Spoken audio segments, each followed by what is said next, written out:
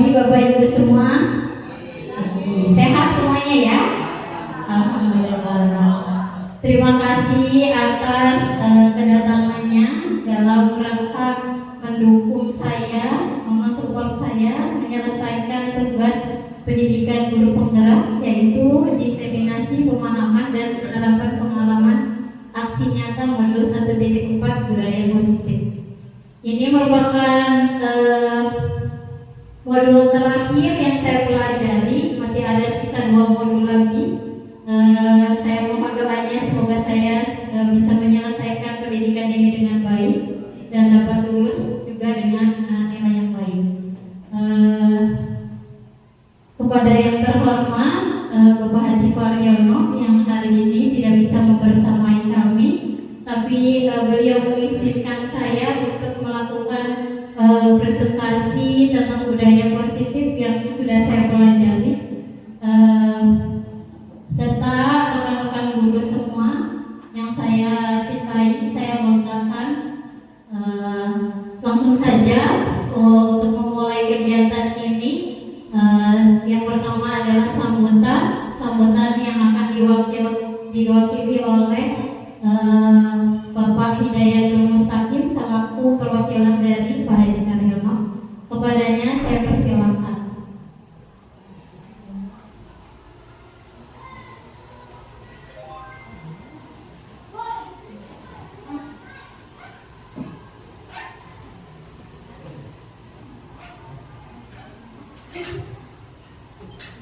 Assalamualaikum warahmatullahi wabarakatuh. Yang saya hormati Bapak Kepala Sekolah, saat ini tidak bisa bersamai ya dalam diseminasi modul CGP ya, serta Bapak Ibu Guru TN 2 Kidul serta calon guru penggerak yaitu Ibu Dia. Tidak lama, hanya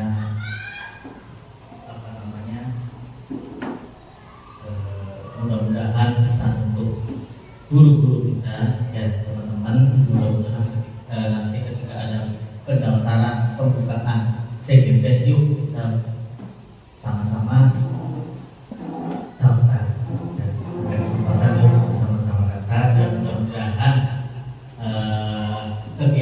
seluruh kegiatan yang dilakukan oleh Ibu Dia selama CGP angkatan 11 ini mudah-mudahan bisa berjalan dengan lancar, tidak ada hambatan Bu ya, mudah-mudahan sampai lulus Pak Bu. Ya, itu saja yang bisa saya sampaikan. Kurang lebih mohon maaf. Wassalamualaikum warahmatullahi wabarakatuh.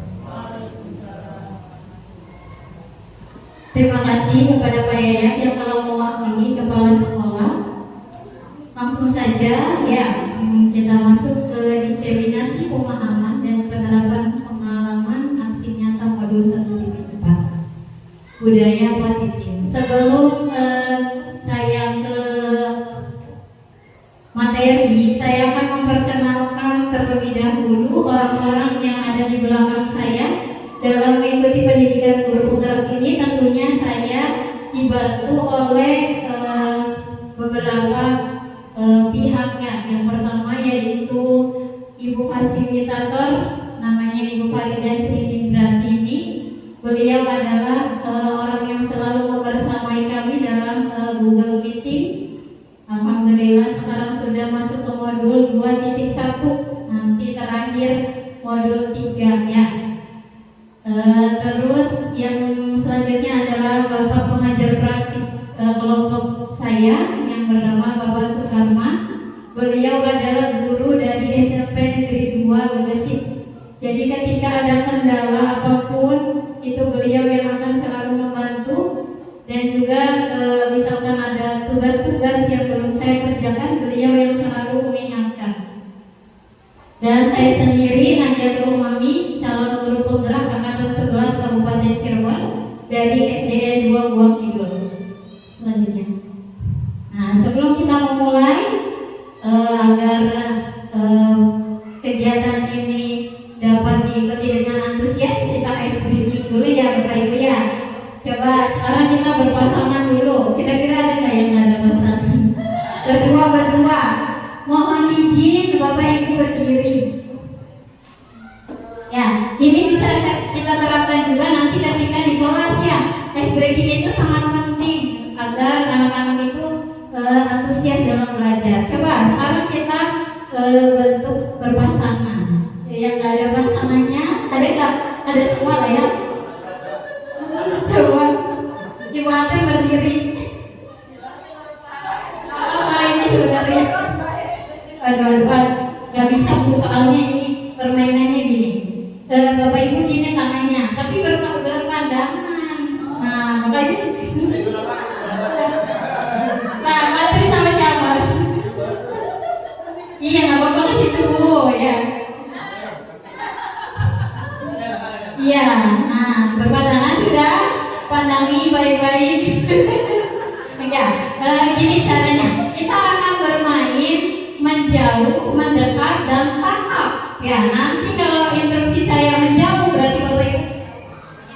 Kalau mendekat, kalau tangkap, gitu ya. Paham nggak? Paham ya? Coba kita mulai ya. Mendekat, menjauh,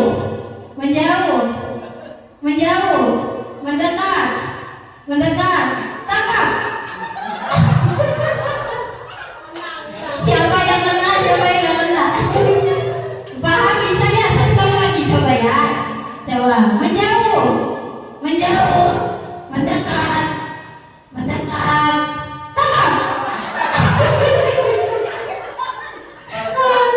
Iya, tepuk tangan untuk Bapak Ibu semua. Terima kasih, boleh duduk kembali ya. Itu adalah salah satu ice breaking, boleh diterapkan di kelas ya. Karena sebenarnya ice breaking itu yang butuh juga bukan siswanya aja, gurunya juga sama ya. Saya kalau ngajar kadang kalau udah jam-jam rawan itu ngantuk ya, apalagi kipasnya dekat banget, jadinya ngantuknya tuh cepat banget datang gitu ya. Boleh kita melakukan ice breaking. Lanjut, sekarang kita ke pembahasan ya. Nah, sebelum ke pembahasan ada lagi ya, kesepakatan forum diseminasi. Setiap kita melakukan kegiatan, ada baiknya kita melakukan kesepakatan supaya kegiatan ini berjalan dengan apa yang kita inginkan. Ya, yang pertama ini udah beberapa yang saya tulis, boleh Ibu Bapak tambahkan, boleh juga dihilangkan, misalkan ada yang nggak setuju gitu ya. Yang pertama adalah menghargai siapapun, ya. Yang kedua menjadi pendengar yang baik. Nah, di sini karena kebetulan saya yang sedang presentasi, maka Bapak Ibu yang mendengarkan, mohon izin saya sebenarnya tidak untuk bermaksud untuk menggurui ya, karena saya tahu Bapak Ibu ini juga pengalaman ngajarnya jauh lebih banyak daripada saya gitu ya. Jadi di sini kita sharing aja tentang beberapa materi yang telah saya dapatkan dalam pendidikan guru penggerak gitu ya. Yang ketiga adalah mengacungkan tangan jika ada pertanyaan. Nanti ketika presentasi dimulai terus ada yang nggak ngerti nih, kayaknya gimana ya penjelasannya nggak ngerti gitu, boleh Bapak Ibu mengacungkan tangan untuk bertanya. Yang ketiga adalah serius tapi santai ya. Jadi Bapak Ibu boleh sambil ngemil-ngemil, boleh sambil minum, boleh sambil WA, boleh juga kalau ada telepon boleh izin keluar dulu ya. Kira-kira kesepakatan ini apakah disetujui atau ada yang dikurangi atau ada yang ditambahkan? Setuju? Ya, setuju. Oke, baik. Lanjut. Nah, seorang guru yang baik harus memiliki kemampuan dalam mewujudkan budaya positif di sekolah. Budaya positif tersebut dapat dijalankan dengan menerapkan konsep-konsep inti seperti perubahan paradigma belajar, disiplin positif, nilai-nilai kebajikan, motivasi perilaku manusia, keyakinan sekolah atau kelas, kebutuhan dasar manusia, basis kontrol, dan segitiga restitusi. Perubahan paradigma, stimulus, respon, teori kontrol. Siapa sesungguhnya yang memiliki kontrol?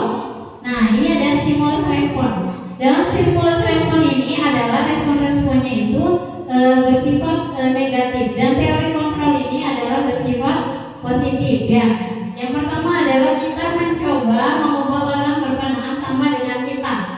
Apakah kita bisa mengubah anak didik kita itu pandangannya sama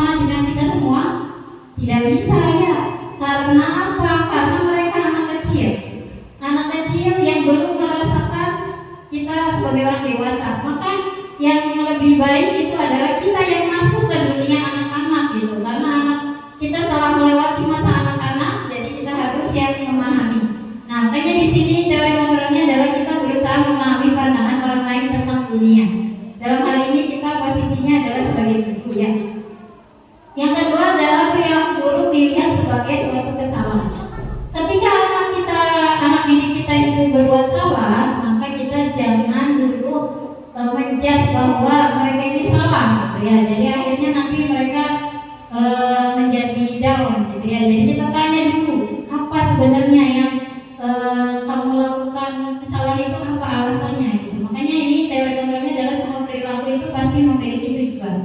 Tentunya tujuannya berbeda-beda ya, tergantung anak-anaknya gitu.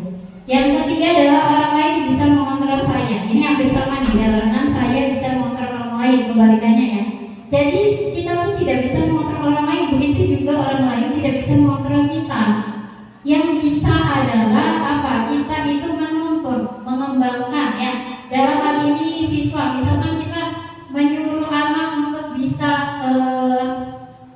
matematika, misalkan tentang pecahan gitu, pengen cepat bisa, nah itu nggak bisa gitu.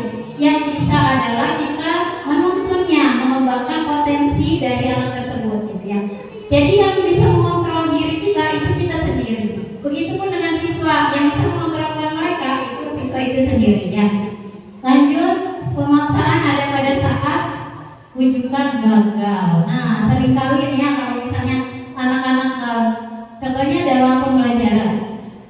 Saya pun sama sebenarnya ya Bapak Ibu. Kalau misalnya melihat anak dia aja nggak mau maju gitu, saya gemes sendiri. Ayo maju gitu ya. Pokoknya kita paksa-paksa gitu. Nah ini seharusnya itu jangan dipaksa seperti itu ya. Seharusnya kita memiliki pilihan. Nih misalnya kolaborasi dan konsep itu penciptaan pilihan-pilihan baru. Jadi ketika anak nggak mau maju, itu kita kasih pilihan. Kamu kenapa nggak mau maju? Kamu kalau majunya di tempat duduk kamu aja bisa nggak? Gitu. Nah kita kasih pilihan. Atau kamu mau majunya dengan temanmu? Gitu. Kalau mereka mau, berarti ya itu berarti kita telah berhasil menerapkan budaya positif ya, karena tidak memaksa gitu ya. Yang selanjutnya adalah model berpikir menang atau kalah, diganti menjadi model berpikir menang-menang. Ini tentunya kita harus selalu menerapkan sikap optimis kepada anak-anak yang kadang-kadang anak-anak kalau belajar aja, bu nggak bisa bu, ini matematikanya susah misalkan, itu udah pesimis duluan, padahal belum juga dicoba gitu. Jadi kita harus selalu menanamkan sikap-sikap yang optimis kepada anak-anak kita ya. Nah dari tadi stimulus respon yang arah negatif ke arah yang positif, ini kita masuk ke pembelajaran dengan paradigma baru. Pembelajaran dengan paradigma baru ini merupakan pembelajaran yang dirancang berdasarkan prinsip pembelajaran berdiferensiasi, sehingga para peserta didik belajar sesuai kebutuhannya berdasarkan tahap perkembangan sesuai teori psikologi modern untuk mewujudkan profil pelajar Pancasila. Di sini ada 6 dimensi profil pelajar Pancasila ya, yang sering kita targetkan untuk anak-anak gitu ya. Yang pertama adalah beriman, bertakwa kepada Tuhan Yang Maha Esa, dan berakhlak mulia. Ini selalu kita tanamkan, makanya kita setiap hari sebelum memulai pelajaran itu harus didahulukan dengan aktivitas yang positif seperti ngaji bersama ya bersama, ataupun dengan membaca Asmaul Husna. Itu merupakan budaya positif yang harus kita terus menjadi kebiasaan di sekolah kita ya. Yang kedua adalah berkebinekaan global, bergotong royong, kreatif, bernalar kritis, dan juga mandiri. Lanjut. Nah, kita masuk ke disiplin positif. Disiplin positif merupakan suatu cara penerapan disiplin yang mengajarkan anak bertanggung jawab dan menumbuhkan kesadaran diri berdasarkan nilai-nilai kebajikan. Disiplin positif lebih ke arah disiplin diri yang dapat mengontrol diri dalam melakukan segala tindakan. Disiplin diri dapat membuat murid memahami dan menyadari berdasarkan motivasinya karena bukan akibat paksaan, ujian, ataupun hukuman. Nah, ini adalah nilai-nilai kebajikannya. Nilai-nilai kebajikan itu adalah nilai yang disepakati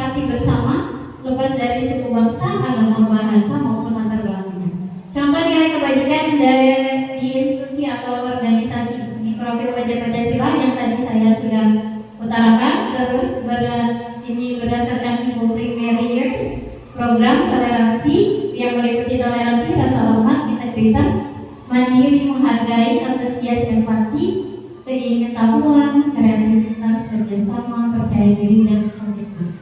Terus ini adalah keterampilannya, keterampilan hidup, life skill, dapat dipercaya, lurus hati, pendengarnya aktif, tidak merendahkan orang lain, dan memberikan yang terbaik dari diri. Nah tadi ya, berkaitan dengan nilai kebajikan, berkaitan juga dengan tadi ada stimulus respon. Ini kita masuk ke motivasi perilaku manusia. Ada 3 motivasi perilaku manusia. Yang pertama adalah untuk menghindari ketidaknyamanan atau hukuman. Kira-kira ini motivasi eksternal atau internal, Bapak Ibu?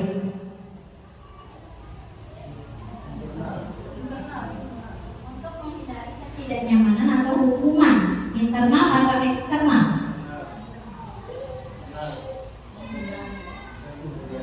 Ayo apa? Internal atau eksternal? Kita fokus pada ini. Coba hukuman. Jadi apa? Internal atau eksternal? Ya eksternal ya, karena mereka melakukan itu, misalkan melakukan kegiatan apapun itu karena takut hukuman gitu. Saya mah udahlah gitu, berangkatnya pagi-pagi cepet, nanti kalau misalnya nggak pagi jadinya dihukum gitu ya. Nah berarti itu belum ada kesadaran dari dirinya sendiri, tapi dia masih takut akan hukuman atau ketidaknyamanan. Kalau misalnya melanggar kan pasti ada perasaan gak nyaman ya. Tapi itu kalau misalnya siswa yang baik ya, kalau siswanya yang acuh tak acuh biasanya ya udahlah biasa aja gitu ya. Nah yang kedua adalah untuk mendapatkan imbalan atau penghargaan dari orang lain. Kira-kira ini eksternal atau internal? Masih eksternal ya, karena dia hanya ingin dikasih penghargaan atau dikasih imbalan ya. Nah yang ketiga, untuk menjadi orang yang mereka inginkan dan menghargai diri sendiri dengan nilai-nilai yang mereka percaya. Ini internal atau eksternal? Nah baru ini internal ya. Sebagai guru itu memang kita memunculkan motivasi internal itu tidak semudah itu ya Bapak Ibu ya. Pasti harus ada paksaan terlebih dahulu eksternal. Kita kadang ngasih hukuman atau kadang ngasih penghargaan gitu ya. Saya sendiri pun sama mengalami itu ya. Anak-anak kalau nilainya 100 saya kasih bintang. Nah itu tuh salah satu penghargaan kan. Padahal itu sebenarnya tidak baik. Tapi gak apa-apa, nanti lama-kelamaan akan dilatih menjadi motivasinya, menjadi internalnya keluar gitu ya. Ini harus terus kita tumbuhkan dari anak-anak, terus kita kembangkan. Jangan putus asa kalau misalnya ada anak kita memang yang belajarnya itu masih apa ya pokoknya belum timbul gitu motivasi internalnya ya. Kita harus terus menumbuhkannya, karena menurut Ki Hajar Dewantara, menurut pemikiran Ki Hajar Dewantara itu kita ini tugasnya cuma menonton ya, bukan membuat anak ini menjadi ahli gitu, bukan. Tapi kita menuntun, mengembangkan potensi mereka supaya sesuai dengan minat dan bakatnya. Dalam pemikiran Ki Hajar Dewantara itu, kita itu guru itu diibaratkan sebagai seorang petani. Petani yang menanam padi, kita kasih pupuk, kita sirami dia supaya tumbuh dengan baik. Tapi ada kalanya, misalnya ada gangguan, jadinya padi itu tidak bisa kita panen dengan hasil yang baik kan, sama seperti siswa gitu ya. Kita tidak bisa maksa gitu ya. Jadi sesuai kodratnya gitu. Jadi kita kembangkan aja. Ya, lanjut. Nah, berkaitan dengan motivasi ini kita bisa menerapkan keyakinan sekolah atau kelas. Kenapa sih keyakinan sekolah? Kenapa bukan peraturan sekolah gitu? Kalau keyakinan sekolah itu mereka sendiri yang membuat. Jadi siswa-siswi kita yang membuat. Kalau peraturan sekolah kan biasa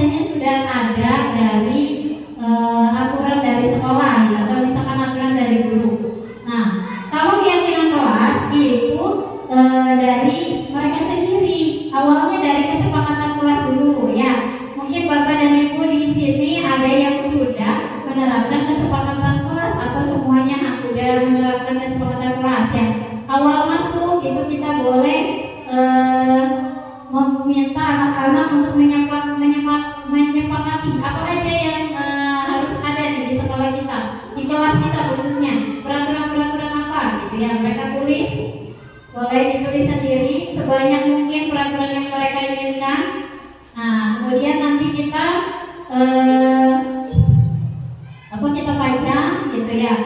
Nah, bisa seperti itu ya. Jadi guru ini berperan dalam mewujudkan terbentuknya keyakinan sekolah atau kelas dengan adanya kesepakatan antara guru dan murid.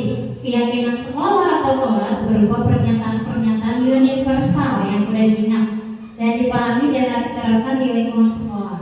Ya, gitu. Nah, ini adalah salah satu kegiatan saya membuat kesepakatan kelas.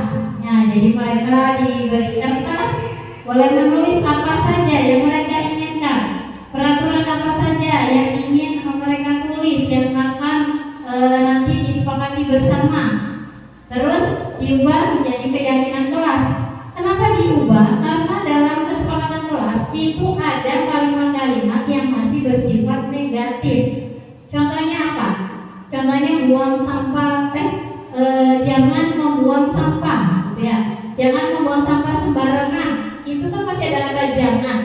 Nah, jangan itu adalah kalimat negatif. Jadi kita ubah menjadi kalimat positif, yaitu buang sampah pada tempatnya. Ini mereka tulis nih sebelum saya menjelaskan keyakinan kelas ya Bapak Ibu. Makanya kata-katanya tuh masih banyak tidak boleh, gitu, jangan, makanya masih negatif lah.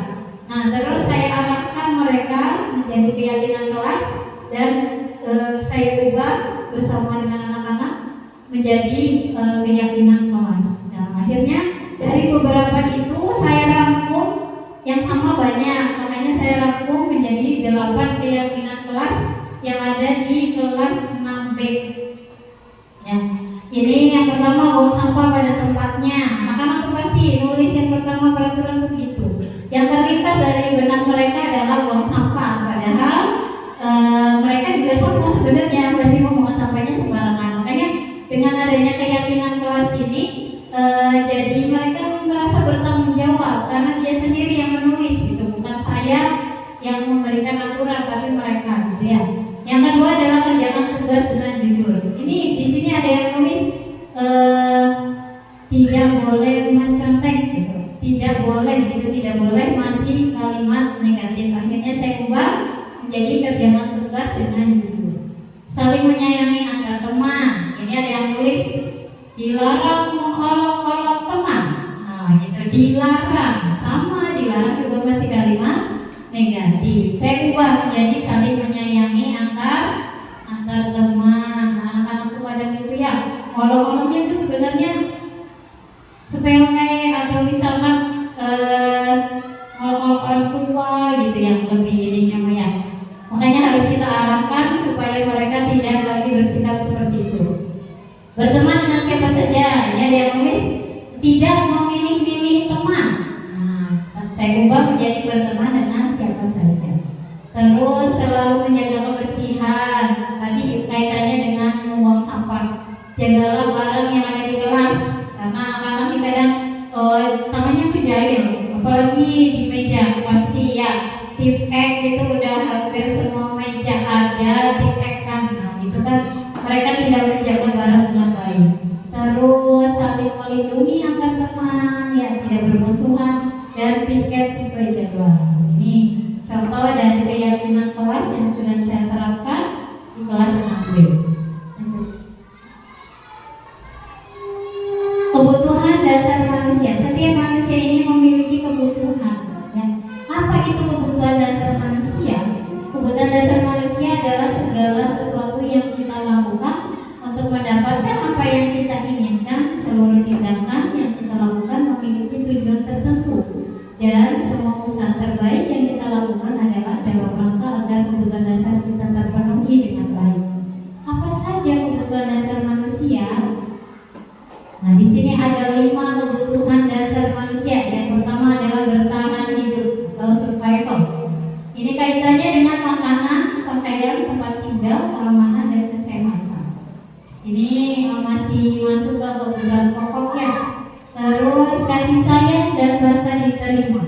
Rasa diterima dipedulikan, berbagi, kerjasama, menjadi bagian dalam kelompok. Ini masuk ke dalam kebutuhan kasih sayang dan rasa diterima.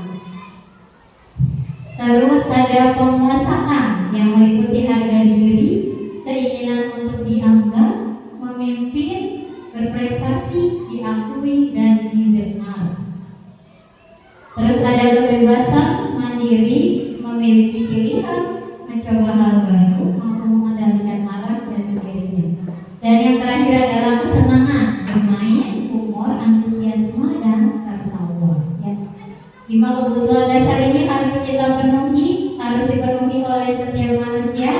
agar kita di dalam menjalani hidup itu menjadi nyaman ya.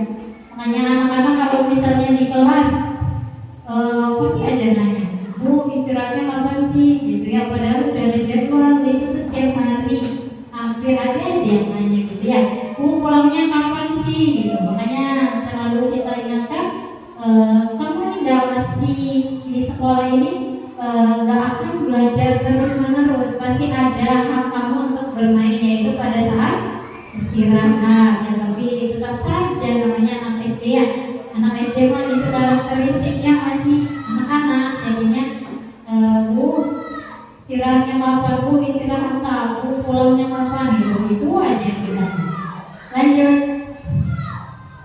Nah, kaitannya dengan kebutuhan dasar ini ada 5 posisi kontrol guru. Ya, apa saja 5 posisi kontrol guru? Yang pertama adalah guru sebagai penghukum.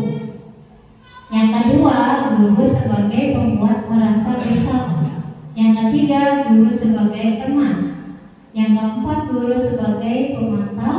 Dan yang kelima, guru sebagai manajer. Kira-kira Bapak Ibu udah sampai di yang mana posisinya?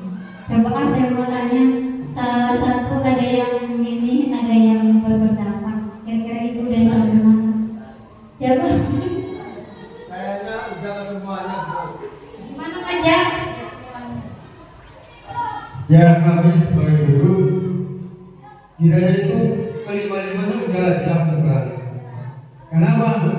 Kelimanya sudah dilakukan karena guru sebagai penghukum sudah dilakukan kepada anak-anak yang melakukan kesalahan.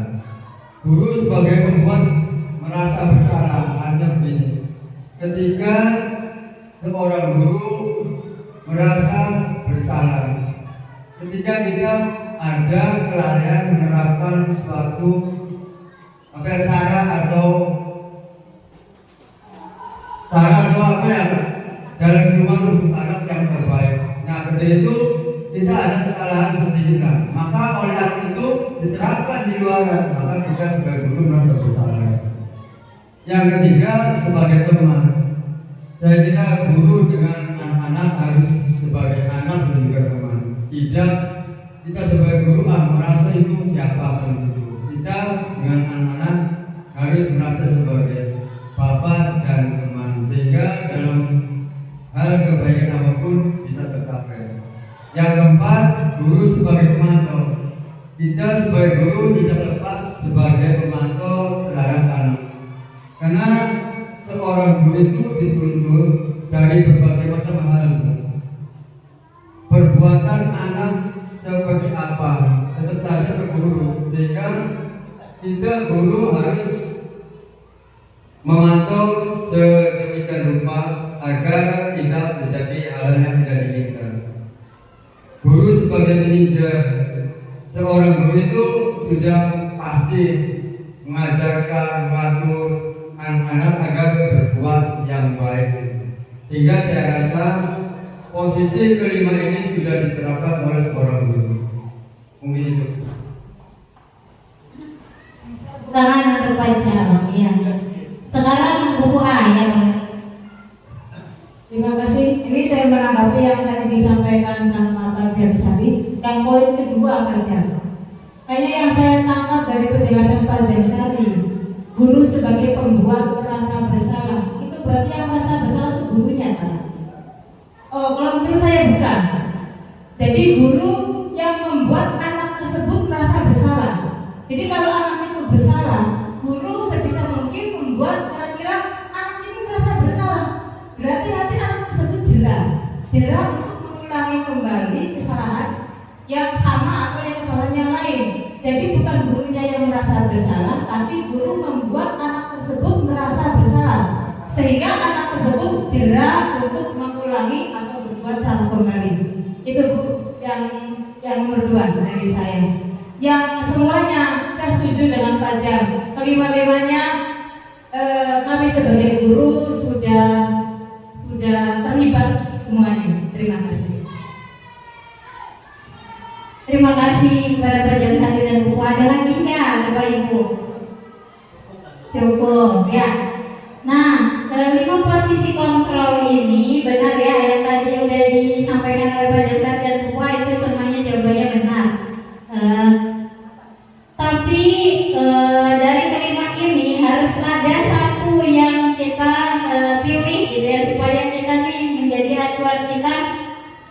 dalam mengontrol anak-anak. Jujur saja Bapak Ibu, saya di kelas itu terkadang masih memposisikan diri saya sebagai guru, sebagai penghukum.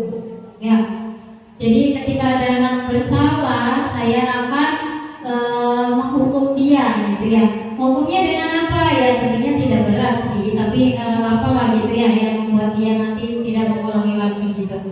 Nah, ujungnya itu nanti kita akan menjadi apa gitu, nanti ya kita slide selanjutnya ya.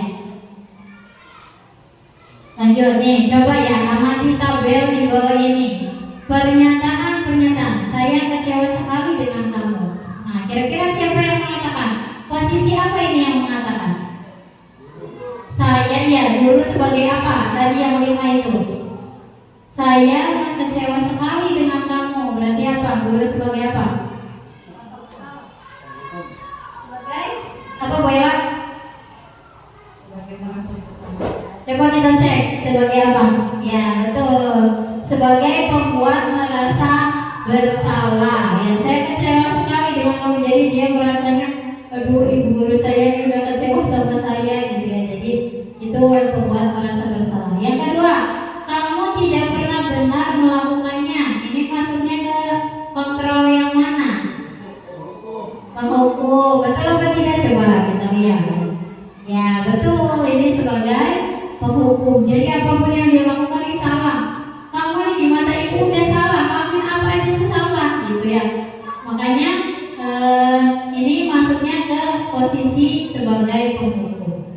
Yang ketiga, ayolah lakukan demi ibu atau bapak. Apa nih maksudnya? Teman, coba kita cek. Betul, ya teman. Karena bahasanya informal ya, bahasanya tidak resmi. Ayolah gitu. Nah, itu kan kayak bukan apa ya, pimpinan atau pemimpin pembelajaran ke anak-anak gitu ya. Itu kayak teman aja gitu. Sebenarnya baik atau enggak sih Bapak Ibu kalau kita sebagai teman nih, baik apa enggak ke anak-anak? Ada kalanya baik, ada kalanya juga tidak ya.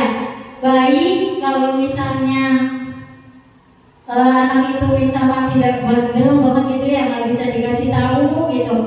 Terus terkadang nih orang tua tuh selalu mempercayakan kita tuh bisa semua ya. Kayak kemarin aja, baru aja kemarin saya diberi surat oleh neneknya salah satu murid saya.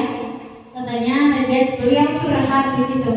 Kirain saya tuh surat izin nggak sekolah gitu. Ternyata isinya tuh curhat Bapak Ibu. Isinya tuh ya intinya saya tuh disuruh menasehati anak tersebut gitu agar mau sekolah. Karena katanya tuh main HP terus gitu kalau di rumah. Jadi ketika waktunya sekolah dia tuh nggak mau gitu. Tolong ya Bu katanya, dia apa dikasih tahu gitu, Ibu telepon aja katanya gitu ya. Maaf ya Bu, saya ngasihnya pakai surat katanya, soalnya saya kalau WA malu gitu katanya ya. Terus akhirnya saya berusaha telepon tapi ternyata tidak dijawab. Nah, hari ini anaknya masuk, akhirnya saya langsung ngomong ke anaknya langsung. Itu begitu besarnya peran kita gitu di kelas ya. Orang tua tuh mempercayai kita kalau kita ini pasti bisa mengubah anak-anak itu dari yang sikapnya negatif jadi positif gitu. Seperti yang tadi sudah kita pelajari, kita tidak bisa mengubah, hanya saja kita bisa mengontrol gitu sikap-sikap mereka yang kita kembangkan tentunya yang bernilai positif. Jadi ada kalanya nggak apa-apa jadi teman, tapi ada kalanya juga jangan gitu, karena anak-anak ini kadang kalau kitanya merasa apa kayak teman banget juga jadinya mereka tuh kebablasan gitu, akhirnya tidak menghargai kita sebagai guru gitu ya. Selanjutnya, apakah kamu mau mendapatkan stiker bintang hari ini? Ini sebagai apa?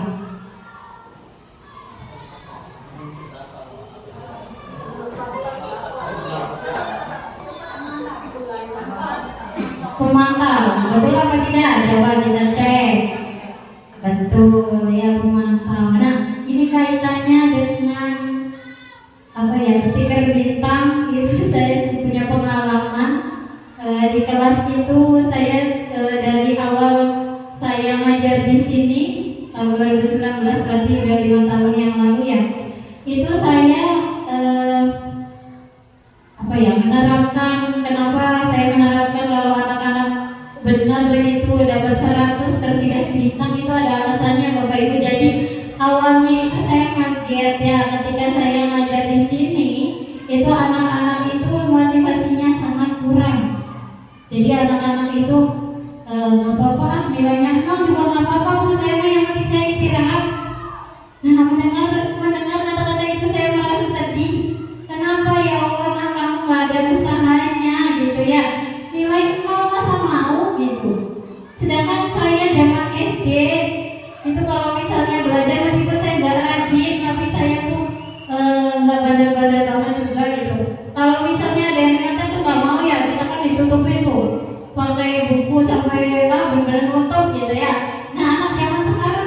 juga ternyata.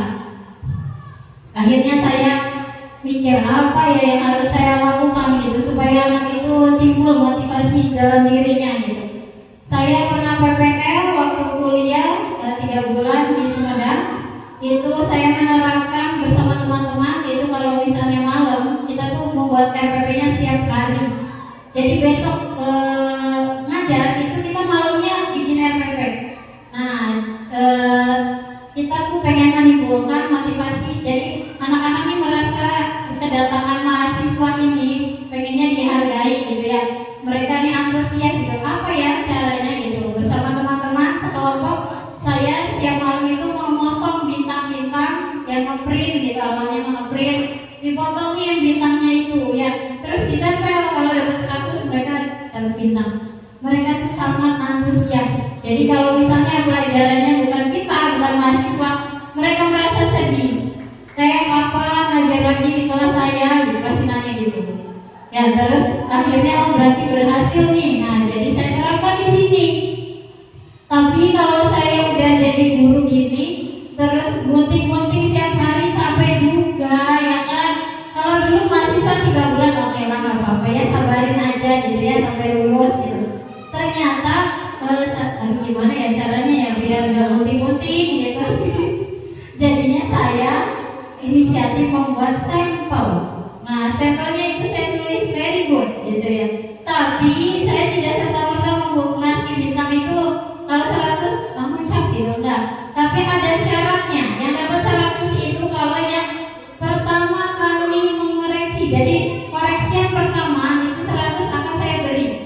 Kalau enggak akan saya beri. Misalkan saya tuh kalau matematika, khususnya matematika aja. Kalau misalnya pelajaran lain saya kasih bintang juga, tapi kalau salah ya udah salah gitu. Tapi kalau matematika nih saya nyuruh anak tuh bolak-balik terus. Jadi 5 soal itu mereka bisa sampai bolak-balik 4 kali, 5 kali gitu. Saya sudah bilang dari awal kalau belajar sama ibu kamu harus siap capek. Saya bilang gitu ya. Gak apa-apa capek, yang penting kamu ngerti. Meskipun tadi kita hanya menonton, tapi kita juga punya tujuan pembelajaran yang harus kita capai gitu ya. Akhirnya ya udah kalau misalkan dapat 100 itu pertama kali masih capek ya. Dan terus saya di akhir nanti semester saya akan tukar cap itu dengan permen gitu. Padahal sepele ya cuma permen, tapi anak-anak sangat antusias. Nah balik lagi ke yang saya awal ngajar, itu anak yang tadinya bandel banget di kelasnya tuh jadi termotivasi. Jadi kalau belajar mau nanti harus benar-benar ngerjainnya biar sekali langsung dapat bintang gitu. Nah akhirnya timbul seperti itu ya. Jadi saya teruskan sampai sekarang. Padahal saya tuh ekspektasinya udahlah kelas 6 udah nggak usah deh gitu. 2 tahun yang lalu saya diamanahi ngajar kelas 6. Itu niatnya saya udah nggak akan pakai lagi karena udahlah kelas 6 udah bisa gitu belajar sendiri.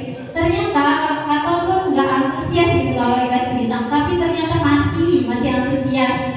Jadi ya udah saya teruskan sampai sekarang, sampai capnya juga udah mulai copot-copot gitu ya. Nanti akan saya ganti dengan yang baru. Terus saya juga merasa anak-anak nih jadi semakin banyak gitu motivasinya. Meskipun ya awalnya emang karena pengen mendapatkan imbalan, itu kan permen kan imbalan, bintang itu imbalan. Tapi jadi membuat mereka tuh ngerjainnya lebih teliti, itu hikmahnya palingnya. Nah lanjut ya, sekarang kita ke yang pernyataan selanjutnya.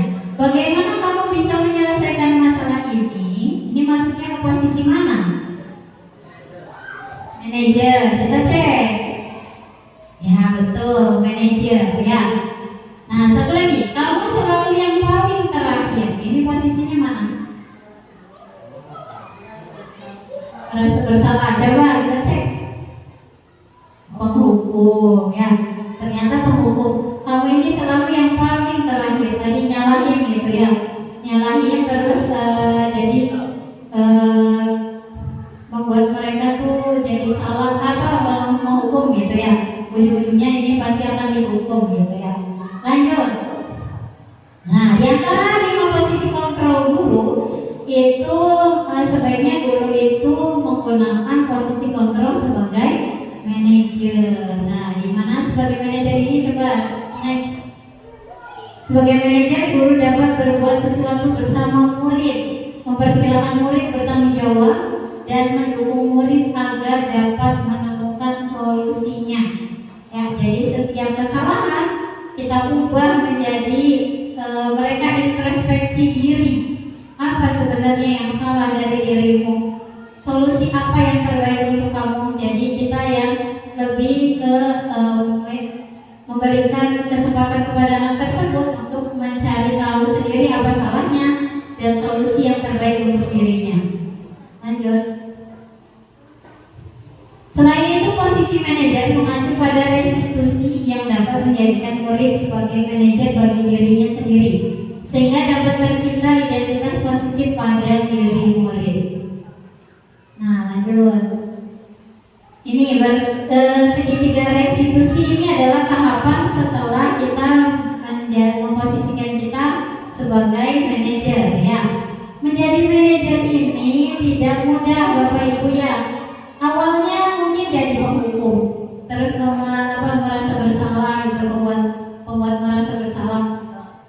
Nanti kelamaan akan juga kita akan bisa menemukan bagaimana posisi kontrol kita yang sebaiknya. Tentunya dengan kerjasama antara semua pihak gitu ya. Nah, ini ada tahapan segitiga restitusi. Tapi yang saya yakini, yang saya sepengalaman saya di sini, kalau misalnya kita ada masalah-masalah besar gitu ya, masalah besar itu maksudnya masalah yang berkaitan dengan kelas lain, atau misalnya masalah-masalah yang harus ada penyelesaian terlibat beberapa guru, itu kita sudah bisa memposisikan sebagai manajer ya. Terutama nih kalau misalnya itu kan anaknya dipanggil dulu kan, kita kan gitu ya, anaknya dipanggil siapa yang terlibat, terus ditanya ini kenapa kamu bisa melakukan ini gitu kan ya. Terus nanti kita temukan solusinya gitu. Nah, kalau bareng-bareng bersama-sama itu kita udah bisa sebagai manajer, karena dengan kolaborasi antar guru itu akan dapat memudahkan kita ya mencapai target atau mencapai posisi kontrol yang diinginkan. Kalau yang sendiri-sendiri, masalah-masalah di kelas sendiri itu pasti kita selesaikan sendiri. Itu bagaimana Bapak Ibu gitu, di mana posisi kontrolnya gitu ya. Yang pertama adalah menstabilkan identitas. Yang kedua, validasi tindakan yang salah dan menanyakan keyakinan. Lanjut. Menstabilkan identitas ini dilakukan berdasarkan prinsip bahwa membuat kesalahan adalah bagian dari proses pembelajaran yang nantinya akan menggeser identitas gagal ke arah identitas yang sukses. Jadi kita boleh misalnya ada anak yang terlambat, ditanya kamu kenapa bisa terlambat, terus kita kasih dulu kalimat-kalimat positif, misalnya nggak apa-apa, setiap manusia itu pasti memiliki kesalahan gitu ya. Nah, itu juga termasuk mengubah jadi dari identitas gagal mereka merasa bersalah menjadi identitas yang sukses gitu, bahwa setiap manusia nggak apa-apa melakukan kesalahan gitu. Lanjut. Terus validasi tindakan yang salah. Validasi tindakan yang salah dilakukan berdasarkan prinsip bahwa setiap perilaku berupaya memenuhi suatu kebutuhan tertentu, sehingga guru atau orang tua akan bergeser dari pemikiran stimulus respon tadi ya yang menjadi proaktif, serta akan lebih mengenali dan mengakui kebutuhan murid atau anak. Lanjut. Nah, ini contohnya validasi tindakan yang salah. Kamu pasti punya alasan mengapa melakukannya gitu ya, atau apa yang penting bagi kamu. Kamu boleh tetap berusaha menjaga sikap itu, tapi tambahkan sikap yang lain yang baru, yang pastinya yang positif.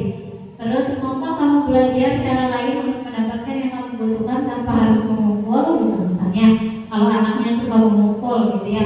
Lanjut.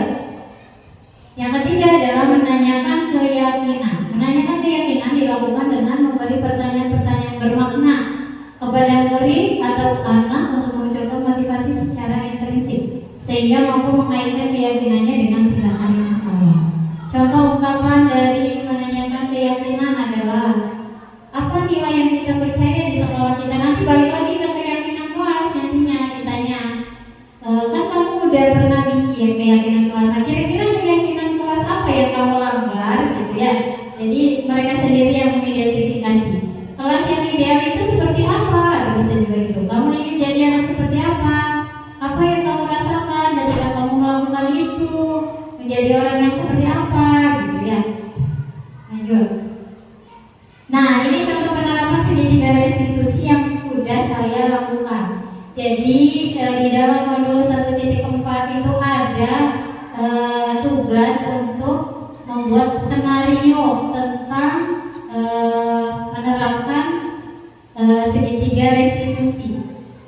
Saya tuh berpikir apa ya skenario apa gitu ya, apa yang akan saya hadirkan untuk penerapan ini gitu.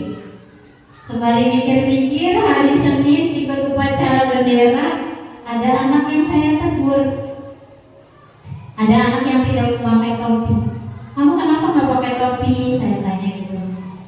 Soalnya dulunya itu kelas saya, jadi saya hafal anak-anaknya dan saya tahu kalau dia tuh anak baik gitu ya.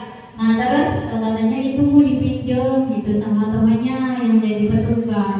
Nah akhirnya saya memanggil anak yang menjadi petugas itu.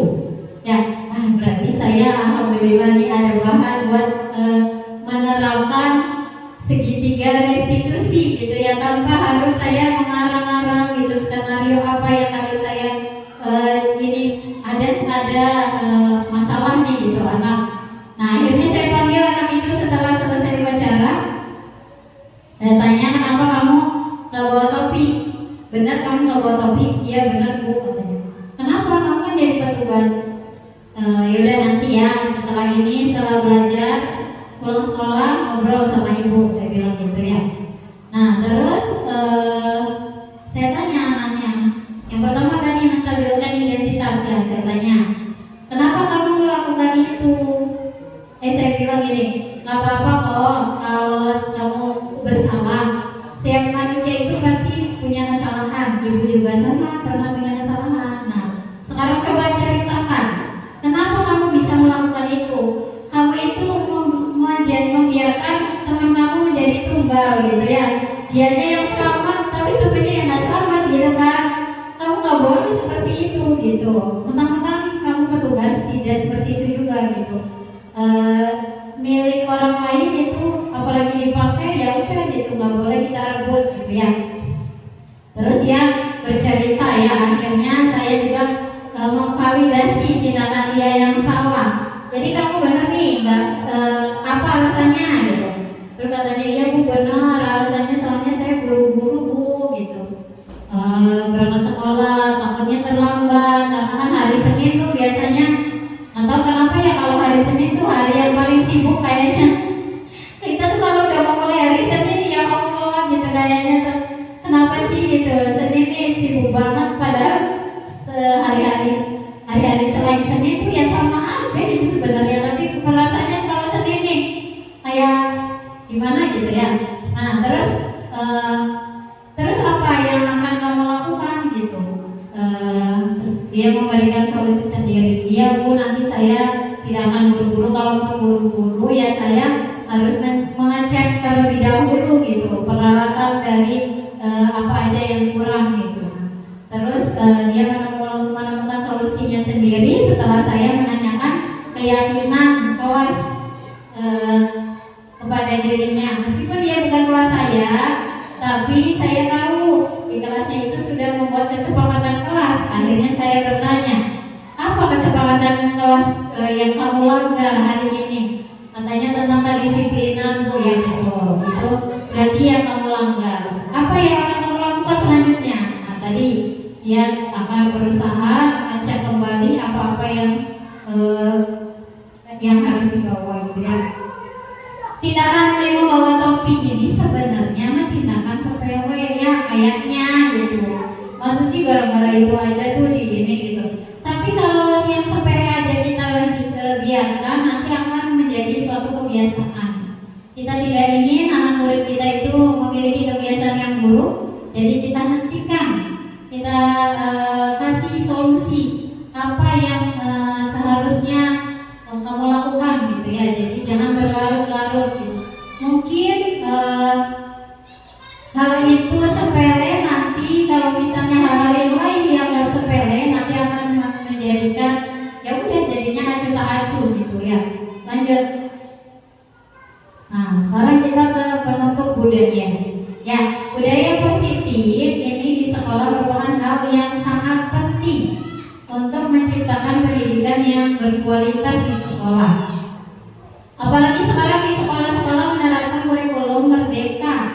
Kurikulum merdeka terdapat P5, profil penguatan, proyek penguatan profil pelajar Pancasila, yang sangat perlu adanya budaya positif di sekolah. Ya, proyek-proyek ini bisa kita terapkan tentunya dengan kerjasama antar guru ya. Nanti akan proyek ini akan berjalan dengan baik kalau kitanya juga kompak, kitanya kerjasama, mau menyusun apa saja sih program-program atau proyek-proyek yang kita akan hadirkan kepada anak-anak itu supaya menjadi penguatan mereka dalam mengikuti pembelajaran dan dalam memunculkan profil pelajar Pancasila gitu ya. Yang kedua adalah budaya positif merupakan perwujudan dan nilai-nilai atau keyakinan universal yang diterapkan di sekolah. Budaya positif diawali dengan perubahan paradigma tentang teori kontrol. Selama ini barangkali kita sebagai guru merasa berkewajiban mengontrol perilaku siswa agar lebih berlaku sesuai yang guru harapkan. Yang ketiga, dengan budaya positif di atas dapat menumbuh kembangkan sikap bergotong royong, mampu melakukan kegiatan secara bersama-sama, sehingga tercipta kolaborasi yang baik antara warga sekolah, adanya rasa peduli satu sama lain. Berikutnya adalah terciptanya sikap-sikap yang mandiri. Yang keempat adalah untuk menerapkan budaya positif, seorang guru harus mampu menjadi pemimpin pembelajaran yang memiliki nilai berpihak pada murid, mandiri, kreatif, inovatif, reflektif, dan kolaboratif, sehingga dapat mewujudkan kepemimpinan murid. Ya, ini adalah penutup dari budaya positif yang saya dapatkan dari ilmu saya selama mengikuti pendidikan guru penggerak. Makanya saya sebarkan kepada Bapak Ibu guru supaya kita bersama-sama saling bekerja sama untuk menumbuh kembangkan budaya positif yang ada di sekolah kita khususnya ya, dan untuk juga memajukan pendidikan di Indonesia pada umumnya ya. Bapak Ibu, mungkin sekian dari penjelasan saya. Apakah ada yang ditanyakan? Ada yang ditanyakan atau cukup? Ada ya, Bapak Ibu paham. Ini ada sedikit yang saya sampaikan. Ini sebelumnya terima kasih kepada Ibu Dia yang sudah menyampaikan begitu banyak materi. Yang intinya sebagai guru itu banyak sekali tugasnya. Cuma kadang-kadang kami sebagai guru itu belum tahu ilmunya. Jadi teorinya tidak tahu, padahal praktiknya sudah setiap hari. Sudah yang tadi dijelaskan itu ya, memang kami juga melaksanakannya dalam keseharian mengajar. Cuma mungkin hanya keterbatasan kami, pengetahuan dan ilmunya belum tahu. Cuma prakteknya insya Allah Bapak Ibu guru sudah melaksanakan semua. Teorinya yang belum tahu itu. Jadi dengan adanya kegiatan ini kami guru merasa terima kasih dengan ilmunya yang diberikan, dan insya Allah kami sebagai guru akan berusaha untuk menjadi seperti yang tadi dipaparkan oleh Ibu Dia. Terima kasih. Nun. Iya, utama itu. Ya, yang dari 5 poin tadi itu Pak, sebenarnya sudah dilaksanakan semua oleh kita semua. Cuma kita nggak tahu ilmunya. Prakteknya sudah, tapi tidak tahu ilmunya. Ya, terima kasih. Kepada Ibu, ada lagi? bolehlah refleksi ya dari Ibu A yang Ibu A paparkan itu adalah refleksi ya. Boleh, ada lagi nggak? Sudah cukup? Ya betul Bu A. Kita itu sebagai guru memang harus selalu belajar ya. Belajar itu sepanjang hayat ya. Jadi selama kita mau belajar pasti akan ada pembaruan, inovasi-inovasi baru yang akan kita berikan kepada anak-anak ya. Tentunya saya mengikuti pendidikan guru penggerak juga intinya itu ingin belajar gitu ya, ingin belajar, ingin menerapkannya itu kepada anak-anak didik kita semua gitu ya. Jadi melalui kegiatan ini juga mungkin Bapak Ibu yang belum berkesempatan mengikuti guru penggerak bisa tahu ilmunya. Nanti ketika mengikuti berarti semakin mahir ya, kayak ya Patris atau siapa semuanya ayo mangga boleh ikut karena banyak banget ilmunya ya, banyak banget positifnya gitu ya. Sudah atau masih ada lagi? Ya? Ya boleh Patris, silakan. Assalamualaikum warahmatullahi wabarakatuh. Kalau saya ya sebelumnya banyak berterima kasih lah kepada Ibu Dia. Ibu Dia itu secara tidak langsung menjadi referensi atau yang contoh saya gitu. Saya kan awal di sini itu bukan sebagai guru operator, tapi seiring berjalannya waktu ada kekosongan guru yang mungkin dari guru setengah semester udah. Nah, baru setelah beberapa kemarin setelah diangkat itu ketika baru jadi guru seluruhnya. Tapi sebelum itu setelah kedatangan Ibu Dia itu banyak sekali ilmu yang saya tangkap Bu. Contoh di kelas tuh ada penghargaan kepada siswa dan lain-lain, banyak yang saya tangkap. Selama saya belum mengajar, saya banyak nih ilmu dari si guru A saya tangkap, ilmu dari guru B saya tangkap. Udah simpel aja dulu semua. Saya jadi guru sebelumnya.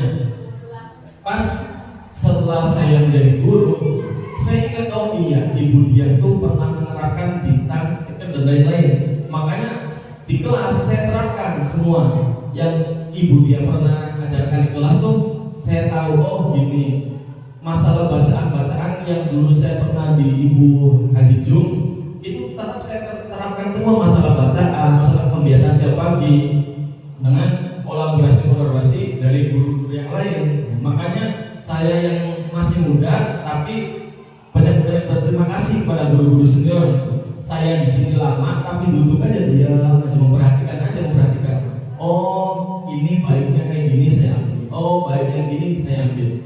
Makanya pas guru penggerak saya daftar Ibu Diakar, saya belum masuk, itu bagi saya sisi positif Bu, karena saya belajarnya lebih enak nanti ya, udah ada ibu, maka ya saya belajar langsung aja nanti sama ibu ya, nambah ilmu lagi Bu. Mungkin itu saja Bu, terima kasih Bu. Terima kasih kepada Patris semua ya. Iya kebetulan Patris ini waktu saya laksar 3 minggu dititipi kelas saya ya Pak ya.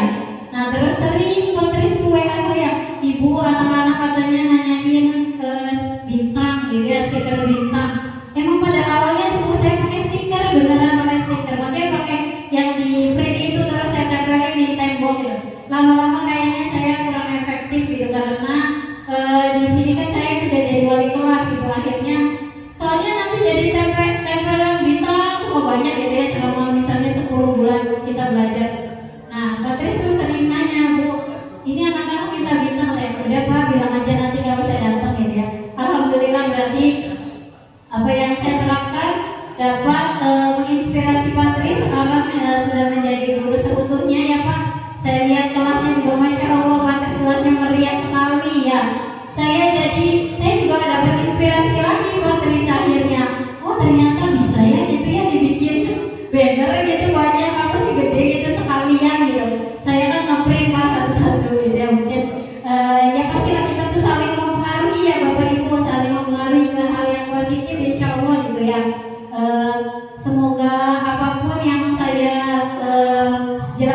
pagi ini juga menjadikan hikmah dan ada pelajarannya gitu untuk kita semua ya. Semangat ya Bapak Ibu yang akan mengikuti guru penggerak, insya Allah Allah mudahkan ya. Nanti semuanya bisa mengikuti semua harapannya ya. Enak gitu, jadi biar kita kolaborasinya itu tambah kompak gitu ya. Ada lagi nggak? Udah. Kalau sudah berarti dicukupkan sekian pemaparan dari saya, kurang dan lebihnya saya mohon maaf. Billahi taufiq wal hidayah. Wassalamualaikum warahmatullahi wabarakatuh.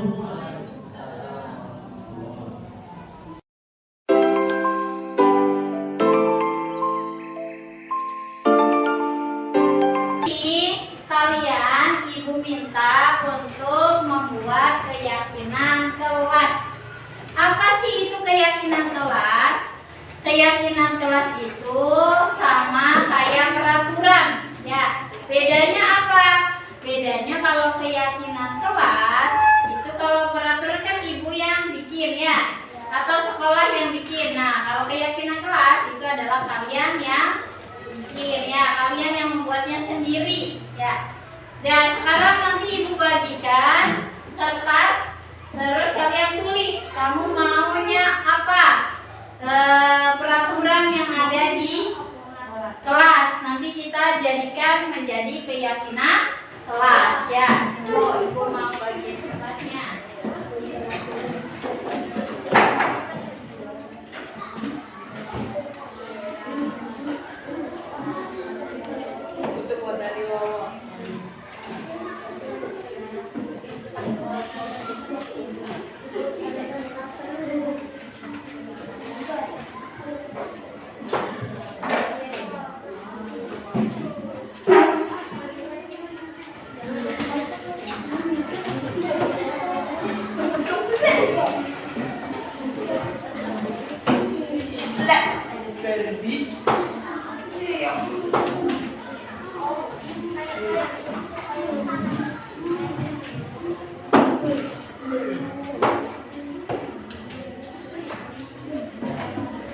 Silakan ditulis yang udah dapat.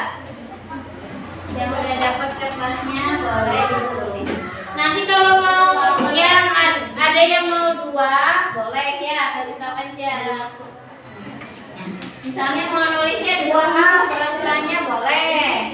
Ya, tapi kalau kamu mau 1 juga boleh ya.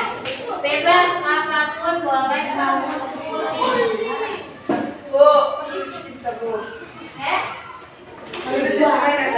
Iya, ditulis. Silakan ditulis. Bebas mau tulis apa aja. Ya, yang sudah nanti ditempelkan di papan tulis supaya ibu tahu apa yang kamu tulis dan juga diketahui oleh teman-temanmu ya. Ayo, yang udah boleh di apa? Boleh apa aja Ji, bebas mau apa. Jangan siap.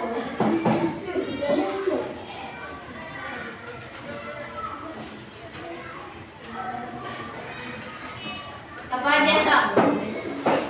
Udah, yang udah taruh di sini, Fakki.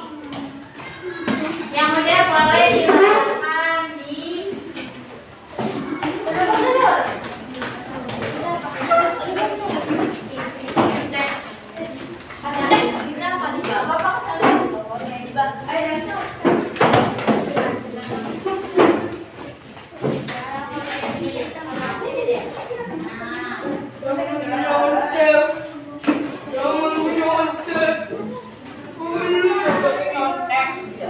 yang udah duduk kembali.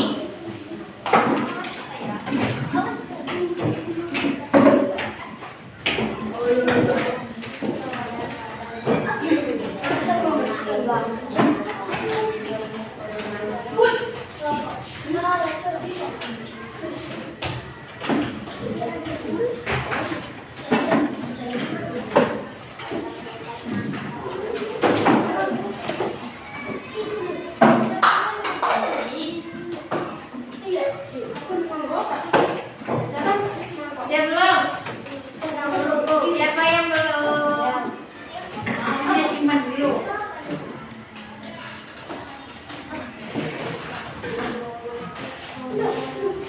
Siapa nih yang belum nih?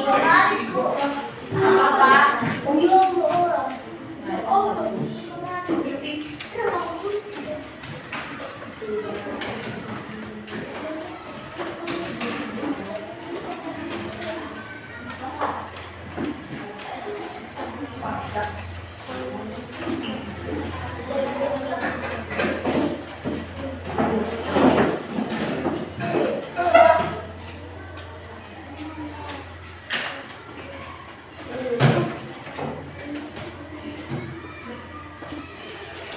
Udah belum? Udah semua? Udah semua atau ada yang masih belum?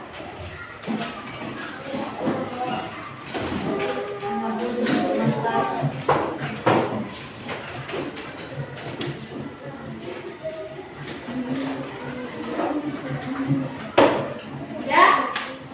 Udah ya. Tadi kan Ibu bilang keyakinan kelas itu hampir sama dengan peraturan kelas. Bedanya tadi apa? Bedanya kalau keyakinan kelas itu dibuat kamu sendiri, ya, oleh kalian sendiri anggota kelas. Kalau peraturan itu dibuat oleh ibu atau oleh sekolah, ya.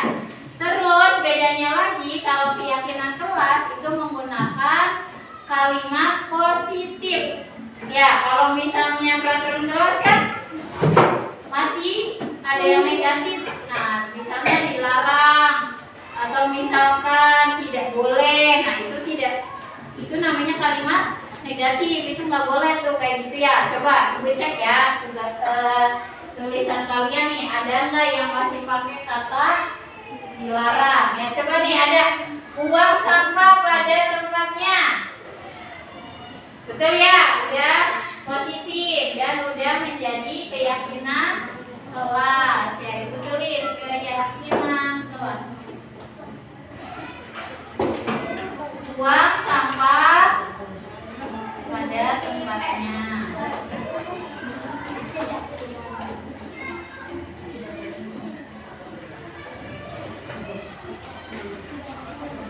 Nah, ada nih, dilarang menyontek saat mengerjakan tugas. Nah, masih ada kata negatifnya. Kita ubah jadi apa? Positifnya. Kalau dilarang menyontek apa? Apa coba? Kerjakan tugas. Ya, kerjakan tugas dengan jujur. Ya, kerjakan tugas dengan jujur. Itu kan nggak boleh nyontek. Ada lagi nih. Nah, tidak boleh mengolok-olok teman. Kalimat positifnya apa? Keyakinan kelasnya coba. Tidak boleh mengolok-olok teman. Tidak. Apa? Saling menyayangi antar teman. Kan nggak boleh mengolok, saling menyayangi antar teman.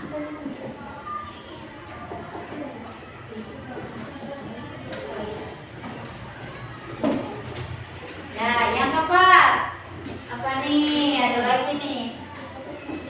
Dilarang memilih-milih teman.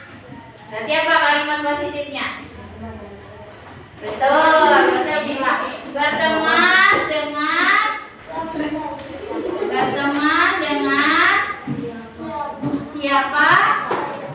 siapapun atau siapa saja boleh.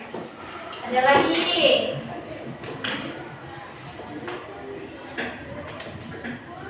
Nah, ini nih. Jangan semprot-semprot. Apa nih?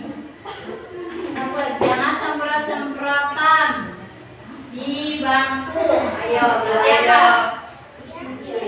Berarti apa? Berarti selalu menjaga kebersihan, ya. Selalu menjaga kebersihan.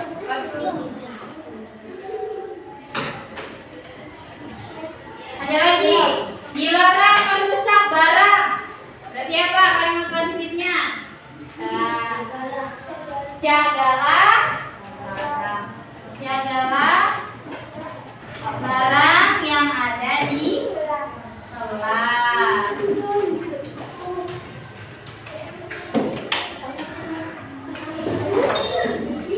Coba ada lagi nggak yang beda? Soalnya ini banyak yang sama, makanya ibu cari yang berbeda.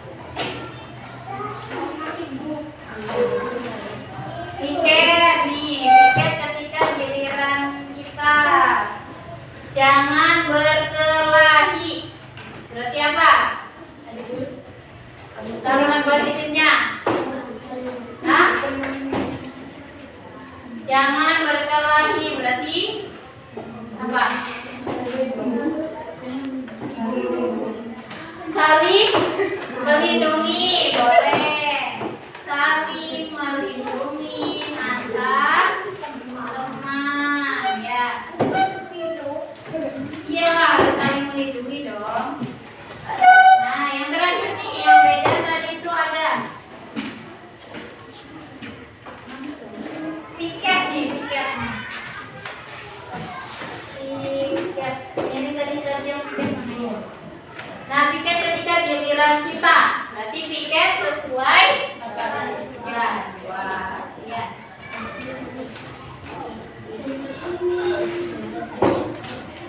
Nah, ini adalah keyakinan kelas. Ya, yang sudah kamu tulis tadi kita buat menjadi keyakinan kelas. Udah nggak ada lagi kalimat negatif, adanya cuma kalimat positif. Dan ibu harapkan setiap poin-poinnya ini yang ada dalam keyakinan kelas kita itu menjadi tanggung jawab kita bersama, harus kita laksanakan. Ya, awas nih.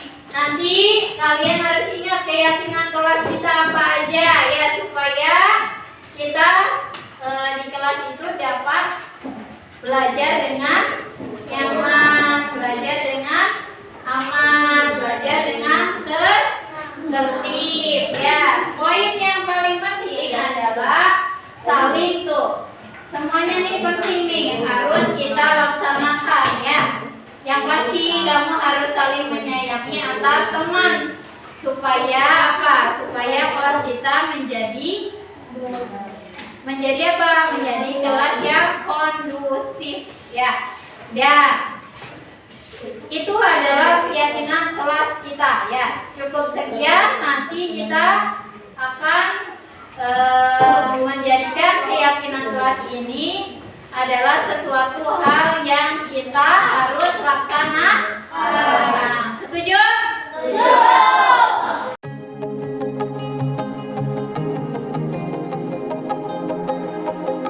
Perkenalkan, nama saya Marfuah. Saya teman sejawat dari Ibu Nahdiatul Umami yang sekarang sedang dilaksanakan calon guru penggerak. Alhamdulillah kemarin saya mengikuti modul yang diberikan oleh Ibu Diah tentang diseminasi budaya positif. Di situ menerangkan beberapa peran guru. Ternyata alhamdulillah setelah saya mengikuti apa yang disampaikan oleh Ibu Diah, saya banyak menerima dan menjadi tahu bahwa seorang guru itu adalah tugasnya multifungsi, perannya banyak sekali, tidak hanya sebagai pengajar dan juga tidak hanya mendidik, tapi juga masih banyak lagi peran-peran yang lain sebagai guru. Alhamdulillah dengan mengikuti tersebut kami mendapatkan ilmu yang baru dan mendapatkan pengetahuan baru tentang bagaimana menjadi guru yang baik, bagaimana menjadi guru yang bisa menghasilkan peserta didik yang berhasil. Tugas guru memang itu sangat multifungsi, multiperan. Di samping sebagai pengajar, juga sebagai pendidik dan juga sebagai pemimpin. Bagaimana bersikap kepada murid sebagai teman, bagaimana bersikap seorang guru dengan bagaimana mendidik anak supaya menjadi yang lebih baik. terutama dalam hal berakhlak, terutama juga dalam hal pembelajaran. Mudah-mudahan dengan adanya materi yang disampaikan oleh Ibu Diah, kami sebagai guru menjadi guru yang lebih baik ke depannya dan bisa melaksanakan tugas negara dengan sebaik-baiknya dan menghasilkan peserta didik yang kami harapkan dari sekolah dan juga dari pemerintah dan juga dari bangsa kita. Amin amin ya rabbal alamin. Terima kasih.